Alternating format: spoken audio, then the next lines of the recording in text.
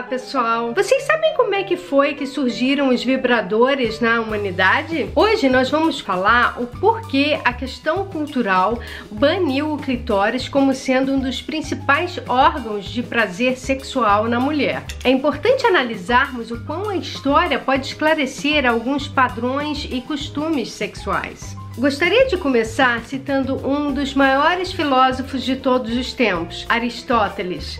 Ele influenciou fortemente a humanidade entre a era 300 a.C. até o século XV. Contudo, para ele, as mulheres não passavam de homens deformados com órgãos genitais no interior de seus corpos. Os antigos gregos acreditavam que mulheres com clitóris grandes eram capazes de usá-los como anexos de penetração na situação de coito. A crença era tão difundida que conseguiu chegar aos séculos 19 e 20, quando alguns médicos americanos e europeus também a incorporaram em seus estudos sobre o comportamento sexual entre lésbicas. Na Idade Média, a sexualidade feminina era vista como demoníaca e o prazer obtido através do clitóris era uma forte evidência da ligação entre a mulher e o diabo. No Renascimento, o clitóris ressurgiu como uma parte legítima do corpo. Por exemplo, as parteiras incentivavam os orgasmos femininos para promover a gestação.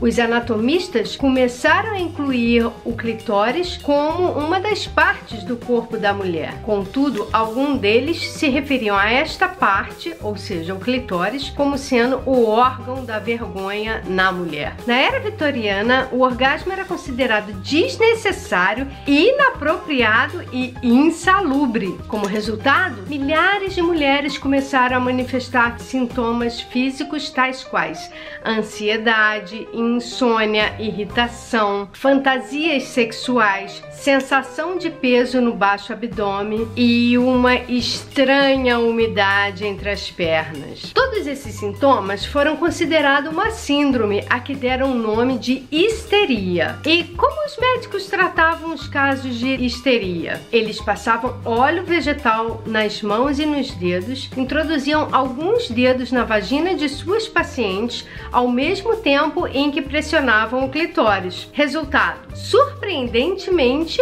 as mulheres tinham orgasmo. Só que os médicos não poderiam chamar este fenômeno de orgasmo, por isso eles chamaram de paroxismo, que nada mais é do que espasmo agudo ou convulsão, uma vez que as mulheres eram consideradas anorgásmicas, ou seja, elas não tinham orgasmo, então eles tinham que ter um outro nome para este fenômeno. O problema é que esses médicos começaram a ficar com cãibra nas mãos frente à grande procura de pacientes histéricas. Então, eles começaram a buscar alternativas para esse tipo de tratamento. Primeiro, começaram a surgir os massageadores à base de água, aqueles parecidos com os massageadores da hidromassagem, que, diga-se de passagem, são altamente utilizados hoje pelas mulheres para atingirem o orgasmo. Contudo, nada se igualava às mãos dos médicos. Foi aí que o Dr. Grenville patenteou o primeiro vibrador elétrico, a fim de aliviar a cãibra que sentia nas mãos. Naquela época, o vibrador elétrico foi chamado de massageador pessoal